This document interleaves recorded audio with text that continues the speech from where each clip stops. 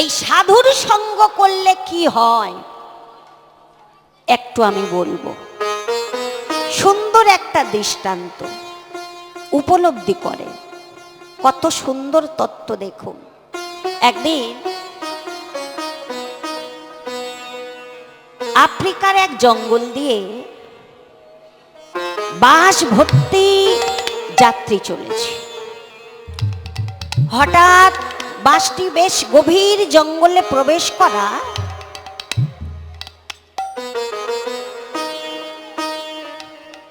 ভীষণ ঝড়। বাসের যে চালক আছে, ড্রাইভার, রাস্তার পাশে বাসটি দাঁড় করিয়ে দিয়েছে, আর চালাতে পারছে না। এমন ঝড়, তার মধ্যে বজ্রাঘাত, তার মধ্যে বৃষ্টি। বাসের ড্রাইভার হঠাৎ বলতে লাগলো, যাত্রীগণে শুনুন, যাত্রীগণ, আপনাদের কাছে আমার একটা নিবেদন আছে। আমার বাস হঠাৎ চলছে না কেন? আমার মনে হয় এই আপনারা যে এতজন এসেছেন আমার বাসের মধ্যে, আজকের মনে হয় কারোর মৃত্যু দিন আছে। আজকের মনে হয় কারোর মৃত্যু দিন আছে, সেই জন্য আমার বাস আর চলছে না। হঠাৎ এমন বজ্রাঘাত এবং বৃষ্টি।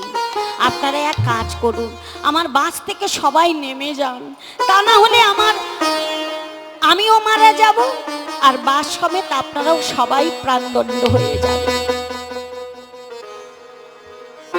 বাসের মধ্যে একটা যাত্রী হঠাৎ বলে উঠলেন, ড্রাইভার একটা কথা বলবো ড্রাইভার সাহেব। তা বলছে, কি কথা? এক কাজ করি, একজনের জন্য সকলের প্রাণ যাবে তা তো হয় না, কি এক কাজ করি, আসুন। নিজেদের মধ্যে একটা আলোচনা করে নিয়েছে যে ওই দূরে যে একটি তাল গাছ দেখা যাচ্ছে, একজন করে বাস থেকে নামবো, নেমে তাল গাছটা ছুঁয়ে আবার বাসের মধ্যে চলে আসব। এবার যার মৃত্যুদণ্ড আছে, নিশ্চয়ই আমাদের সঙ্গ ছাড়া হয়ে গেলে তার মৃত্যু হয়ে যাবে। যাত্রীর কথা মতো সকল যাত্রী সবাই মেনে নিয়েছে, তাই হবে, যাব আমরা একজন একজন করে। একজনের জন্য তো আর সকলের প্রাণদণ্ড যাবে এমন করা উচিত নয়। লক্ষ্য করেন মায়েরা, কত সুন্দর দৃষ্টান্ত দেখুন। সঙ্গ করলে কি লাভ হয়? একজন করে বাস থেকে নামে আর ভয়ে ভয়ে যায় তাল গাছের কাছে, মনে মনে ভাবে, আমার কি প্রাণদণ্ড আজকে? আজকের কি আমার মৃত্যু দিন? এইভাবে একজন একজন করে যায়। যেতে যেতে যেতে যেতে বাসের মধ্যে যত যাত্রী প্রায় শেষ। বাসের ঠিক পিছনের দিকে একজন বয়স্ক বৃদ্ধ বসে আছে। ড্রাইভার সাহেব গিয়ে বলছে, ও দাদু, দাদু, এইবার তুমি নামো।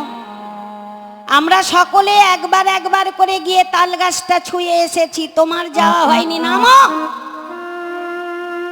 বয়স্ক বৃদ্ধা বলছে, আমাকে তোমরা ক্ষমা করো, আমাকে এই বাস থেকে তোমরা নামতে বলো না। ড্রাইভার সাহেব বলছে, কেন? আমরা একজন একজন করে তো সবাই গিয়েছি, তুমি কি চাও যে তোমার জন্য আমাদের এই এতগুলো বাস ভর্তি লোক আমরা সবাই মারা যাই? আগে তুমি নামো। বয়স্ক বৃদ্ধা কিছুতেই সিটে থেকে নামতে চায় না,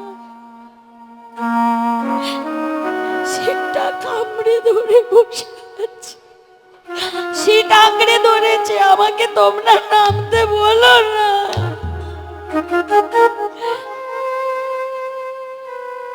কেউ কি ছাড়বে? ভক্তমণ্ডলী, ভক্তিমতী মায়েরা, সকলের তো প্রাণের ভয় আছে নাকি? সকলের বাঁচার ইচ্ছা আছে।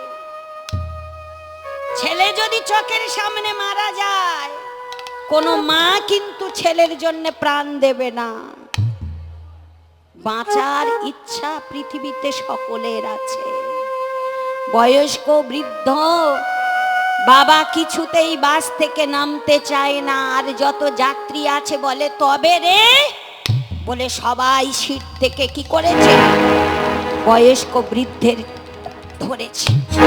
আসো আসো, আগে যাবি, আসো, নামো বলেই বাস থেকে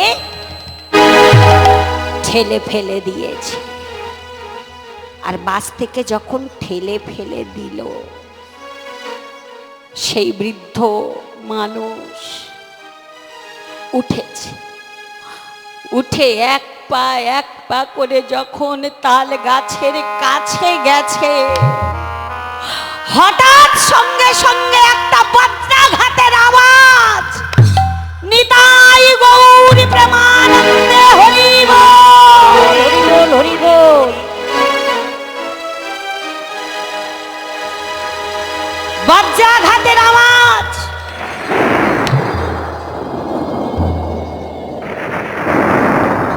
এবার প্রশ্ন করব আপনাদের কাছে, বজ্রাঘাতটা কোথায় পড়লো বলুন তো?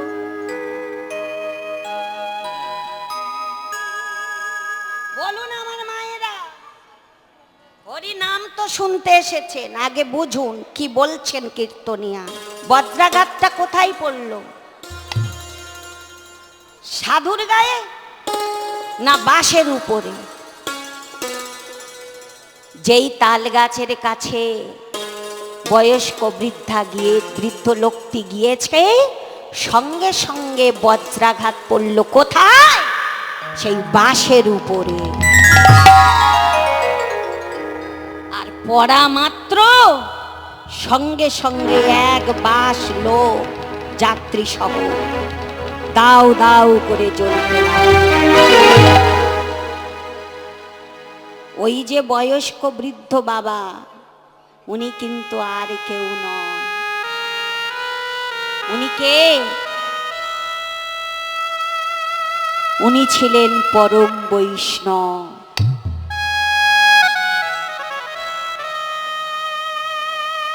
উনি ছিলেন পরম বৈষ্ণব।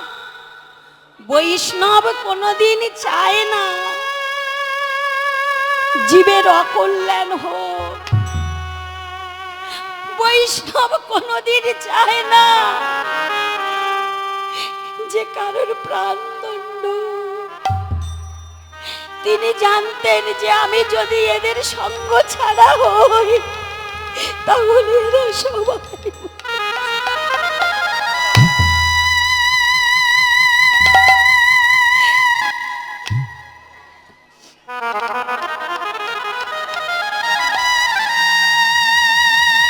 আজকের বৈষ্ণব ঠাকুর দাঁড়ায়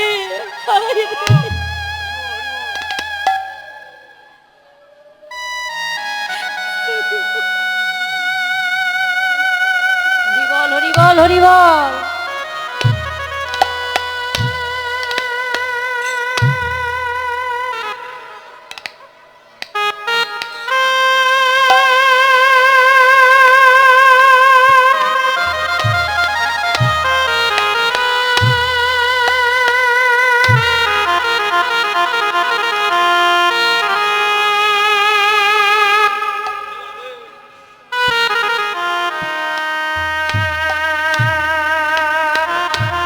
তাই ভক্তমণ্ডলী, সঙ্গ ছাড়া হবেন না, সঙ্গ করতে শিখুন। ও হে বৈষ্ণব ঠাকুর, দয়ার সাগর, এ দাসে করুণা করি। ও হে বৈষ্ণব ঠাকুর, দয়ার সাগর,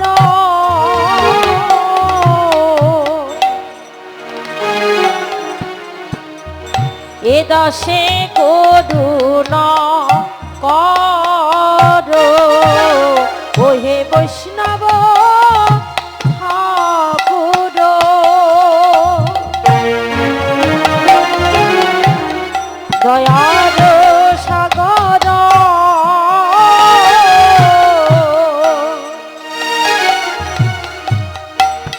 দাসে করুণা করো ওহে বৈষ্ণব ঠাকুর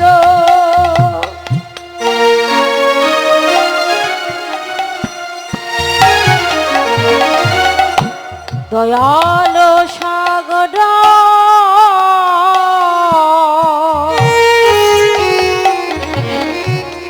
এ দাসে করুণা করো ওহে বৈষ্ণব ঠাকুর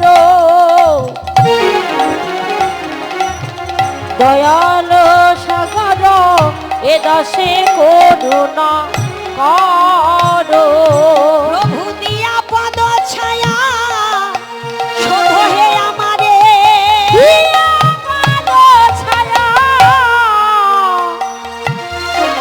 শোধো হে আমারে তোমার চরণ ধরি তোমার চরণ ধরি ও হে বৈষ্ণব ঠাকুর দয়াল সাগর দয়া করো এ দেহ সে রে ও হে বৈষ্ণব ঠাকুর দয়াল সাগর এ দাসে করুণা করো প্রভু ও প্রভু ছয়ে বেগদমি ছয়ে দশ সধি ছয় গুণ দেহ দাসে ছয়ে বেগদমি ছয়ে দশ সধি ছয় গুণ দেহ দাসে ছয়ে শত সঙ্গ দেহ হে আমারে ছয় শত সঙ্গ দেহ আমারে আমি বসেছি সঙ্গে আসে ওহে বৈষ্ণব ঠাকুর দয়ার সাগর এ দাসে করুণা করি ওহে বৈষ্ণব ঠাকুর দয়াল সাগর এ দাসে করুণা করো একাকী আমার নাহি পায়ে বল হরি নাম সংকীর্তনে গুরুদেব একাকী আমার নাহি পায়ে বল হরি নাম সংকীর্তনে একাকী আমার পাই হরি হরি নাম সংকীর্তন ও গুরুদেব তুমি কৃপা করি শ্রদ্ধা বিন্দু দিয়া তুমি কৃপা করে শ্রদ্ধা বিন্দু দিয়া তুমি কৃপা করি শ্রদ্ধা বিন্দু দিয়া তুমি কৃপা করি শ্রদ্ধা বিন্দু দিয়া দেহ কৃষ্ণ নাম ধনে ওহে বৈষ্ণব ঠাকুর দয়াল ঠাকুর এ দাসে করুণা করি ওহে বৈষ্ণব ঠাকুর দয়াল সাগর এ দাসে করুণা করে কি বললেন কৃষ্ণ সে তোমার রাধে রাধে লক্ষ্য করেন বাবা কৃষ্ণ কার ভক্তের কৃষ্ণ তো নাকি ভক্তের কাছে কৃষ্ণ কিন্তু না শাস্ত্র বলছে কৃষ্ণ তোমার কার কাছে গুরুর কাছে কৃষ্ণ যেই গুরু সেই তো কৃষ্ণ তাই বলছে ভক্ত কৃষ্ণ সে তোমার গুরুদেব তুমি কৃষ্ণ দিতে পারো তোমারও শক্তি আছে আমি তো কাঙাল কৃষ্ণ কৃষ্ণ বলি আমি তো কাঙাল কৃষ্ণ কৃষ্ণ বলি আমি তো কাঙাল কৃষ্ণ কৃষ্ণ বলি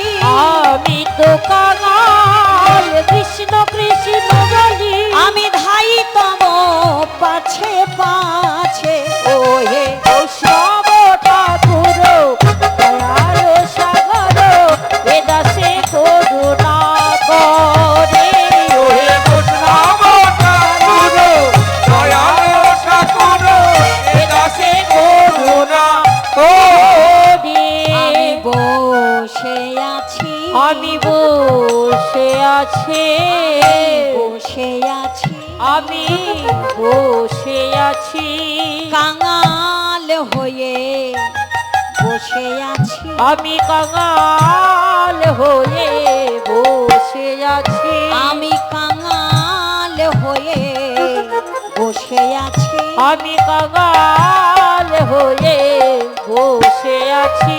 তব কৃপা বিন্দু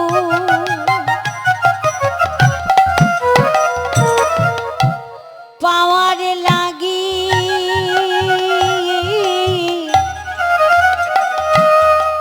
আমি কাঙাল হয়ে বসে আছি, জগতের কৃপা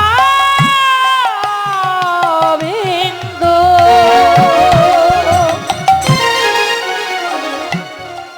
পাবার লাগি আমি কাঙাল সেজে বসে আছি। তব কৃপা বিন্দু পাওয়ার আমি কাঙাল হয়ে বসে আছি, কৃপা বিন্দু পাবার লাগি আমি কাঙাল হয়ে বসে আছি। কৃপা বিন্দু পাওয়ার আমি কাঙাল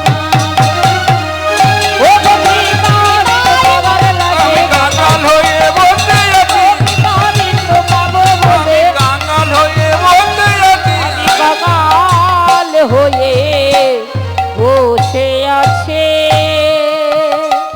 হে বৈষ্ণব ঠাকুর দয়াল সাগর দয়া কাঙাল ওহে বৈষ্ণব ঠাকুর দয়াল সাগর এ দাসে করুণা